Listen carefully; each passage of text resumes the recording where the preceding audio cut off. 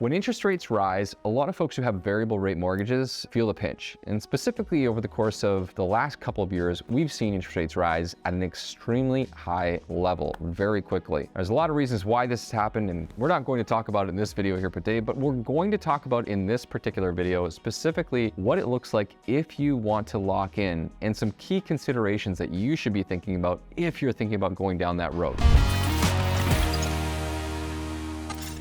If you haven't already done so and you're getting value from this channel, please make sure to hit that like button, hit that subscribe button, hit that little bell notification.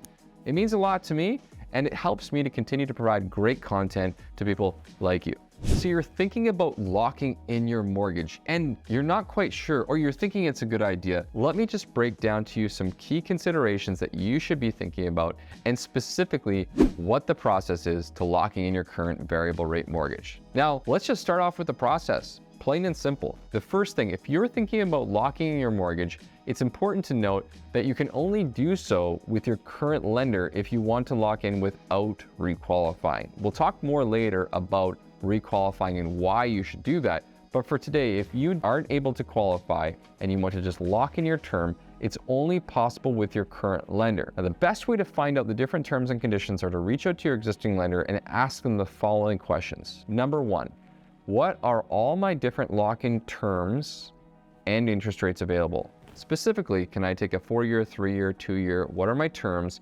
And what are the different interest rates that are available? Now get them to put this in writing for you so that you can go back and discuss this with an independently licensed mortgage professional and know what the different types of options available to you. Number two, find out specifically what's your remaining amortization available in your mortgage. This is really key because it'll help you down the road when you're looking at different options. Number three, understand your current mortgage balance. And number four, make sure to get a full breakdown of the remaining term of your mortgage. As a bonus, always ask your lender for what their prepayment penalty would be if you were to exit the loan. Now, if you're at a variable rate, it should be 3 months worth of interest, but it's good to get that in writing so you can evaluate your options. So now that you have your different options available, you can start to compare this against the marketplace. But before you do that, I think you should consider a few things. Number one, why are you locking into your current mortgage interest rate? Is it because you're scared of where the market's going?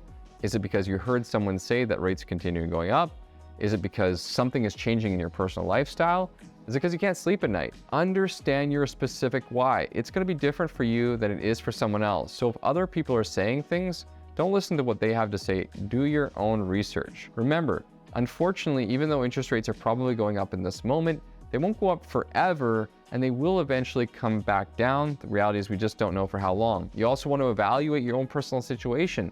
Will you be changing your lifestyle in the next 1, 2, or 3 years? And will it require for you to be able to refinance, sell your property, access equity, or something else? And of course, would it be important to you if interest rates were to come down for you to still access those interest rates? So ask yourself these questions as you're making your decision. Next, how long of a term should you consider locking into if you're thinking of locking your mortgage? Now, if your lender just said you only have one option, it's 4 years or 5 years, well, that's your only option available with that lender. But this is where the part comes in where you have a discussion with an independent licensed mortgage broker like us so we can look at your different solutions. You see, often you can transfer your mortgage from one lender to another and actually access lower interest rates. This depends a lot on your previous situation, your new situation, but assuming you can qualify, you can typically access interest rates that are going to be 0.5% and sometimes lower than what your existing lender has available to you. And this is because they know that most people won't go through the process of doing any research, and so they'll just offer you whatever they have available at that particular time.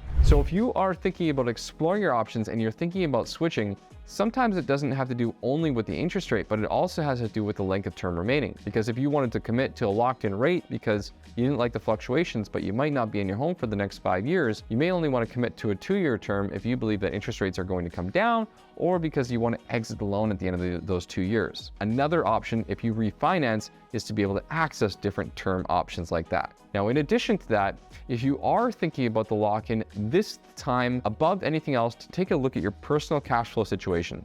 Do you have car loans, credit cards, lines of credits, or any other different debts which are causing you stress?